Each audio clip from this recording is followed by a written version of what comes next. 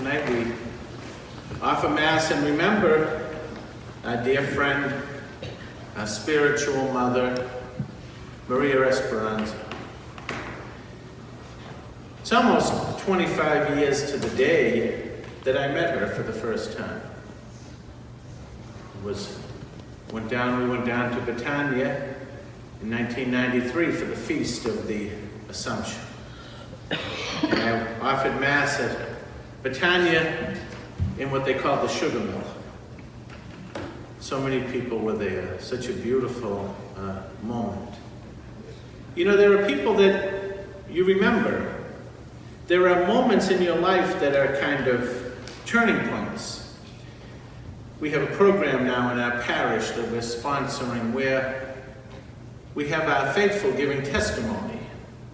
We call it Turning Point because there are moments in our life and experiences in our life that are moments of conversion, moments of deepening in grace, gifts to us.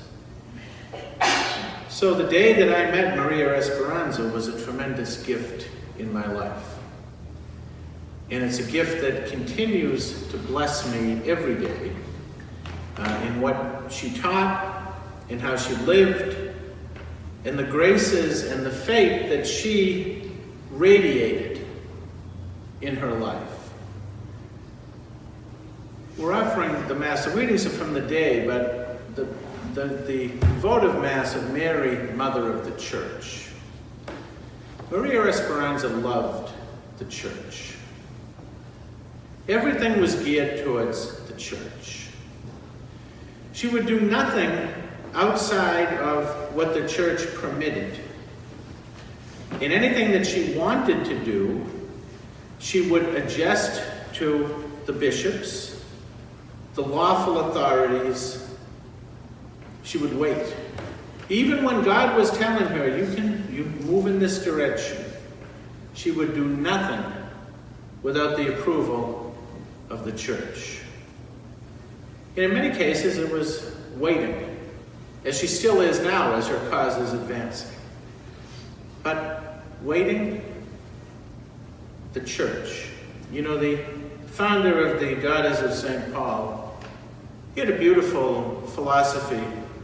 He told those followers of his, be with the Church. Don't be ahead of it, don't be behind it. Be with it. Do what the Church is asking us to do. So Maria always emphasized obedience, and close to that, humility. Humility is the crystal bridge we follow into heaven. There's no holiness without humility. And I would also add to that, one of the signs of maturity in the faith is a healthy sense of gratitude for all the blessings that God gives us. And with gratitude comes joy. And Maria had joy in abundance. I can still think of some of the little pranks that she used to like to pull. And she was always teasing somebody or pulling somebody's leg. Even in the spiritual moments, she did that. First time I met her, it was during rainy season in Venezuela. It was pouring rain. Pouring rain. And of course, the ground was like ice with all of the mud. And she saw me. I was down there with Sister and Sister Dolores and a group. And she saw me and she called me out of the crowd. She said, my son. Of course, I'm looking around, who? And then we went in, and of course, with the translator, her and me, and a couple of translators, and Sister. And she prophesied over me for about an hour. Told me my whole life. You know, of course, you get nervous when somebody's telling you your whole life, you know. But she told me what had been and some of what would be. One of the things that she told me was that you'd soon have a change in your assignment. I was in Hyde Park for 2 or 3 years at that point. She said, I see young people all around you. Well, as you know, soon after, after 5 years, and then for 19 years, I was in campus ministry. And also in many schools and all. But she said so many things that were so true and so perceptive that right from the moment I met her, I had great confidence in who she was and in the special gifts that she had. I remember another time, there was nothing here except ground and mosquitoes and all. But this was in winter. This was in winter, or almost winter, late fall, early winter. And she sent a message up to us and said, I want you to go to the land. There's going to be a sign. So, of course, Maria Esperanza tells you to do something, you do it. So we all drove out here. I remember I had 2 of sisters with me. Sister Dolores, Sister Deloria. Freezing cold. So we were all down there at the water praying the rosary. And, this is nice, but it's cold. So I said, well, I think maybe it's time to get the sisters back into the car. And, we were starting to break up. And then as the sun began to rise, it began to pulsate. Huge sun in the sky. And then then the disc went in front of it. And then it began to spin and change colors. And I remember Father Tom DiLorenzo, who's colorblind, was saying, what color is it? What color is it? But we all saw the same thing. I mean, and we were not cold anymore. It was just an amazing, it wasn't a distant sun, it was a very close-up sun. And we were just trying to digest that, that you put us out here, and the Blessed Mother gave us this sign. I don't like to just say these things for the sake of saying them, but, this land, this blessed land, Sister Margaret, an instrument, a powerful instrument of God's grace, in obedience to the Holy Spirit, going down and meeting Maria. That's a gateway for the rest of us. So many from here, so many of you, we were laughing about one retreat, we all got sick down there. She told it was for our purification. We're not sure of that. We're just running off the bus with the toilet paper into the woods. But, these moments of grace. People saying yes, people responding. The day that she dug up the rock. The day that we blessed this ground. Myself and Father Tom were out there. It was one of these cornerstones. We blessed this land with water and salt, when there was nothing here. No buildings. And Maria said that this was going to be a center of evangelization, of the new evangelization. She had great hope in the promise of this place, and the mission, and the charism of Betania. So many other moments of unusual kind of grace. I remember when, again, the first time I was down to Betania, I had not met Maria. And in all of my prayer cards after when I was ordained, my card was the Madonna of the Streets. And for a while there, that was really a strong sign to me of, we all have little signs, it might be a religious picture, it might be a particular statue of a saint. For some people, it might be the sight of a certain kind of bird or whatever. There's certain signals that God gives. And at that time in my life, the image of the Madonna of the Streets was very powerful to me. For example, when I walked into the rectory on my first assignment and I looked over and there was the Madonna of the streets, I said, okay, good, I'm supposed to be here. You know the way we all kind of get these confirmations. So we were down in her chapel. She had a little chapel with permission in her house in Caracas. And we had Mass and everybody went on to the bus. And she said, Father, wait. You have to understand with Maria, time didn't really mean that much, you know? If she said, you know, come at 6 o'clock, nothing might happen till midnight. But, you know, you just came and, you know, she was on her own clock. So she said, Father, wait 1 minute. Everybody's out on the bus. Where is it? She's upstairs. She comes down with a present. And it was, I don't know how you describe it, but it's a kind of a Madonna of the streets, but it wasn't a picture. It was, you know, kind of like a hammered out thing. And she said, when I was in Rome, I bought this for you. Before I had even seen her. And she had been written on it. This is for you. And then she would always give a little wink, you know.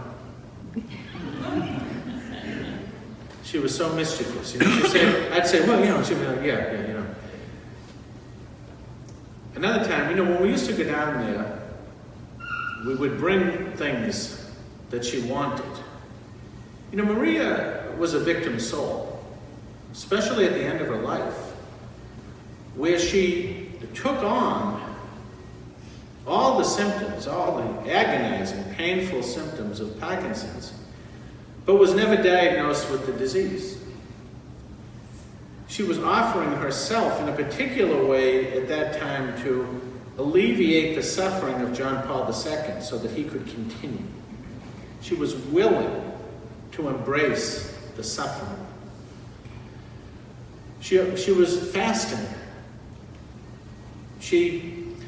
Once when I was down there, she wanted to entertain me. She wanted to be hospitable, and she made some little chicken leg things, you know. And she had a taste of it. But she got sick because she hadn't eaten solid food in such a long time. She was pretty much living on Ensure. But it was interesting because we would go down there and she would always ask for certain things, simple things. American Coca-Cola. You know, it's like if you traveled, you know, we want to bring Dunkin' Donuts with us, don't we? Sometimes. You know, you travel and you're like, oh, I want, you know, and Venezuela, of course, now we need to pray very hard for. But in those days, it wasn't so bad. But their Coca-Cola was different. She liked the American Coca-Cola. We would bring down Ensure, boxes of Ensure. And she would ask for the hosts that we use.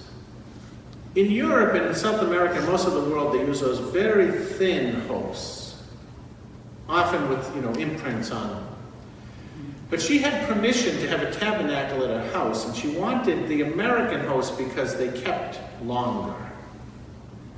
So she said, Father, bring down some hosts. So, you know, you said, well, how many hosts should I bring down? Well, it's Maria Esperanza, so I brought down a couple of bags, you know. So I get down there, and we're getting ready to celebrate the Mass. And she said, you know, will you consecrate some hosts for me? And I said, you know, of course. And I said, how many do you want? You know, there were about 30, say, in our group. I said, I have this bag here, I have this bag.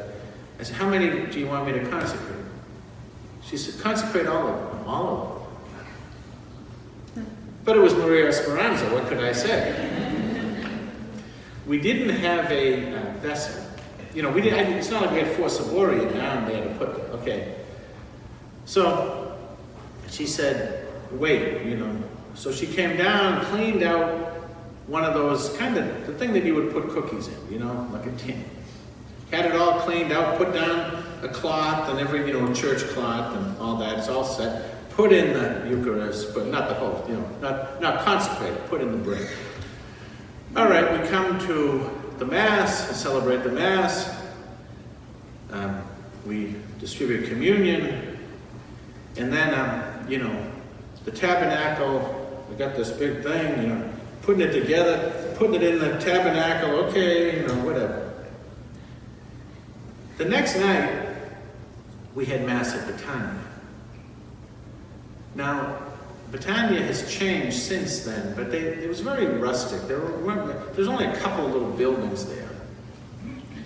One of the buildings there was used as a tabernacle when people were there.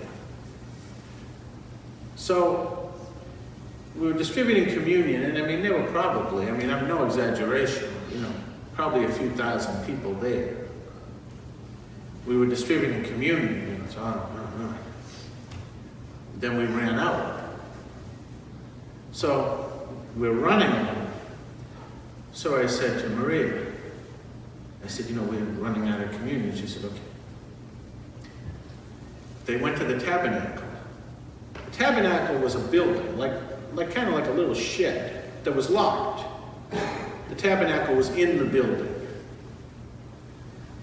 But they forgot the key in Caracas. So they were able to get in the building, but they couldn't get in the tabernacle. So Maria, she, Father, I'm sorry.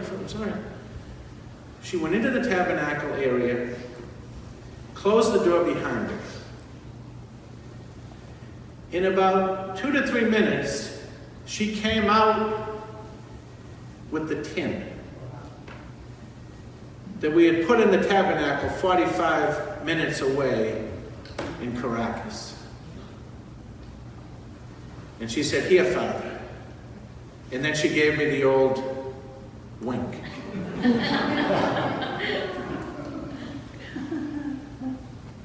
So, I believe in Maria Esperanza. So many other stories, so many other graces. Her great care for people, her great kindness for people. And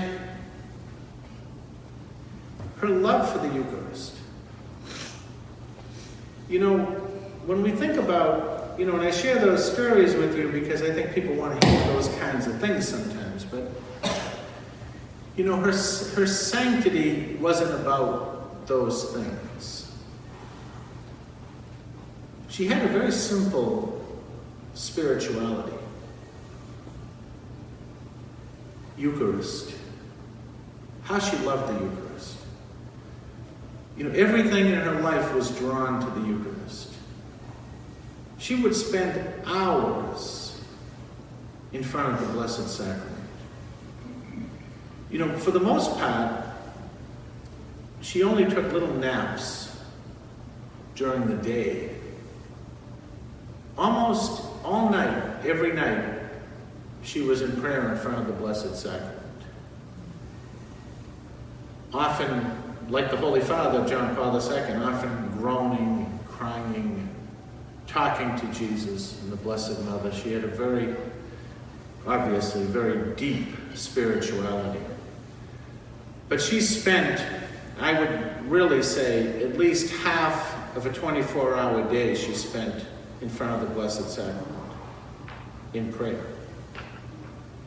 And when you pray for something, you could take it to the bank. She was praying for you and your family and your needs. She had a great love for the priesthood and religious life. She had great respect. She had a great respect, even, with us who are sinners. She had a great respect for the public representatives of the church. And she would do anything. I remember one time more than once, when we were there waiting for her, and I'd be sitting, on the ground or over here. She wouldn't begin until I had a proper seat.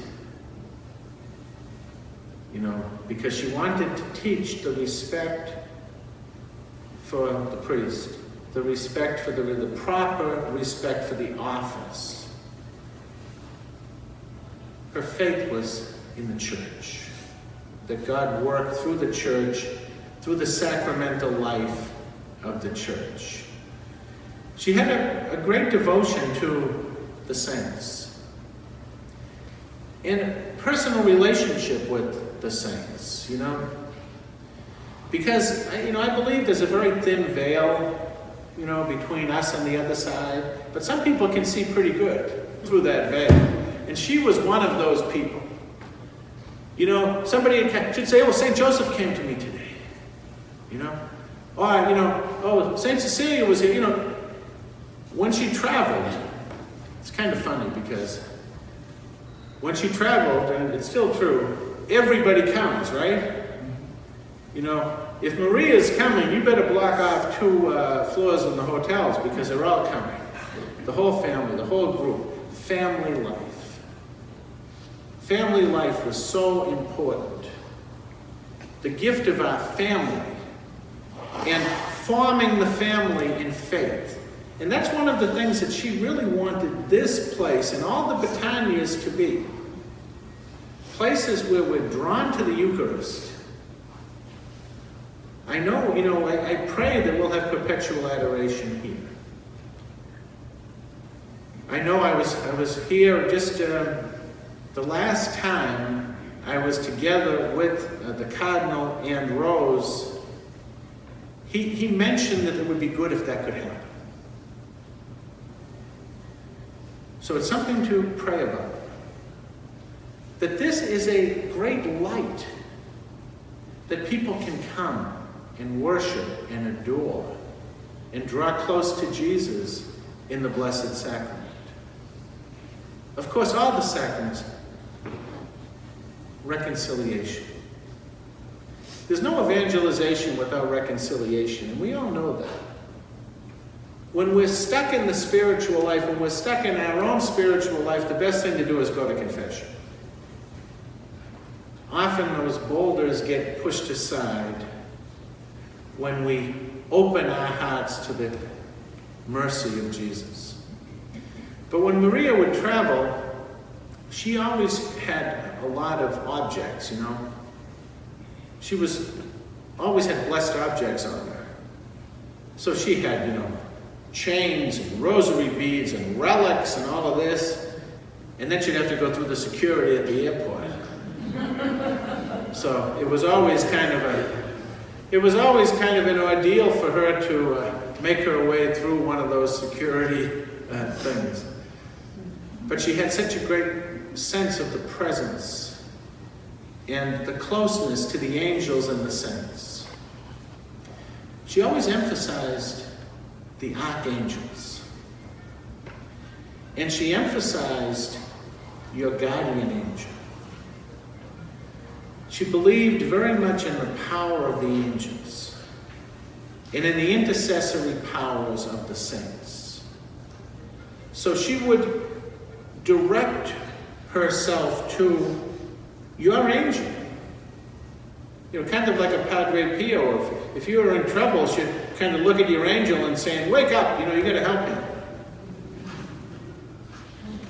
But she had, what some would call like a peasant spirituality, a simple spirituality. So here is this mystical soul. What did she do? Adored the Lord in the real presence of Christ in the Blessed Sacrament. Prayed the Rosary. Was constantly drawing close to the angels and the saints for intercession. So close to the Blessed Mother. So amazingly close to Mary. In everything that she did, in all of her focus. She would emphasize to us, you are children of the light. She told me, she said, every time before you go and, when you're going to read the gospel and preach, she said, always pray, I am a son of the light. I am a son of the light. And I still do every time. I am a son of the light. You are a son or a daughter of the light. We live in the light. We're not going to be overcome by darkness. We are children of the light. This was a very big theme with her. And that we should be joyful. That holiness is not boring. It's not walking around like this all the time. It's joyful. She was a joy-filled person. And you could really see how much her and Gio loved each other. In that love, you could see the way that the children and the grandchildren to this day are so close and love each other because they're bonded together in Christ's love. And that was one of the things that she really wanted. You know, she talked to us about the poverty of the United States, the poverty of our culture. She said, you know, you people don't spend time together. I'm sure she'd say it even more now. That she wanted this place, and she wanted those who are imbued with the charism of Betania to be people of community, of family, of love. Because we can't do it by ourselves. We're called to personal holiness, but then we're located in a community. You know, they say that Harry Truman, when he first went to Congress, there he was, you know, from Missouri. You know, he's looking around at all of these famous people. Wow. Look, there's Senator so-and-so. There's Congressman so-and-so, you know. What am I doing here? Then about 6 months later, we looked at all the same people and said, what are they doing here? Being part of a group is difficult, in case you haven't noticed. But it's how God forms us. It's not me and Jesus on this long, lonely walk that we get some company. Benedict, in a beautiful image, talked about the church. The English doesn't have the same words, but he talked about the church as a roped party, or a party roped together, climbing a mountain with Christ at the front. And you know, when you watch a group of people climbing a mountain, you see that they are together, they're bound together, they're roped together. And at various times, some people are pulling, some people are being dragged, some people are being saved, but we're moving somewhere with Christ, following him. And that's what we are. That's what we're called to be, together. We're bound together. Jesus binds us together. And so the church is that. And we're called to be that in our local communities, in our prayer groups. We're together. Jesus brings us together. He wants us to work together. And Maria wanted Betania and all the Betanias and the Betania spirit to be one of open hands and open hearts, pulling each other, helping each other, encouraging each other. So that when people arrive, they can feel at home. And they can pursue holiness. And be encouraged at whatever level they're at to move forward. We're all beginners. There's no experts. We're all beginners. And we encourage each other to grow. And we help each other to grow. You never receive a gift without... God doesn't give us a gift so that we can put it on the trophy shelf and admire it. He gives us whatever gifts we have so that we can put them at the service of the community. And Maria certainly knew that. Her life was not her own. There were always people coming to see her. Always people looking for her. She was embracing suffering on behalf of the church. But her eyes were on Christ, and Him crucified. She would often say, Jesus is coming soon. And then she'd smile. He's coming soon. And that's what we're preparing for, Jesus' arrival. He's coming soon. He's coming for us. He's coming for you. He's coming for me, please God. I just want to say one other thing about Peter. You know, Peter had a great heart, and that's why Jesus loved him, and that's why Jesus put him in charge. He wasn't the smartest, he wasn't the most able, but he had a spirit. You know, the word magnanimous comes from the Greek, which means a magnanimous person is a person with a large soul. He was magnanimous. He didn't do anything halfway. And Jesus said, come, and he was walking. You know, you think about that. Imagine the sensation of walking across the water in the midst of a storm. But then what happened? He said, wait a minute. I'm not Jesus, I'm Peter. I can't walk on the water. He considered himself his own limitation, his own sin, and he sank. And Jesus, took him up. When God asks us to do something, we should not think first in terms of limitation or calculation. You know, when Maria told Sister Margaret about this land, Sister Margaret had no idea what she was talking about, where she was talking about. She described it. You know, there's a green barn there, there's this thing here, it's on this road here, whatever. She had no idea. Well, then she found the land. Well, that's great. You have a religious with no money. Oh yeah, we're just going to go buy 100 acres in the middle of Medway. No problem. But you see, all of these things, these are human understandings. We look at things too much in terms of human understanding. Well, that'll never work.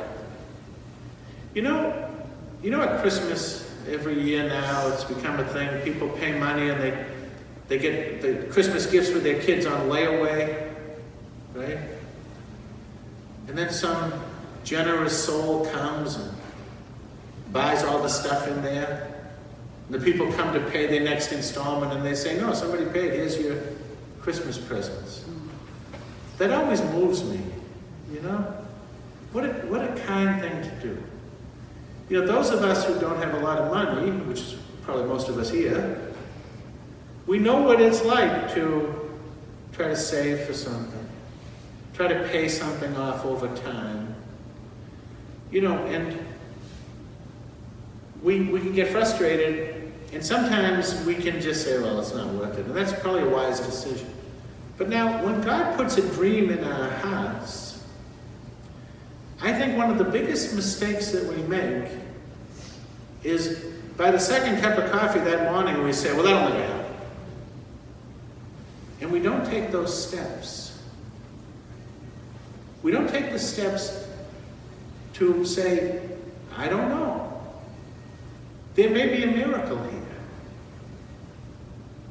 I'm going to just keep walking.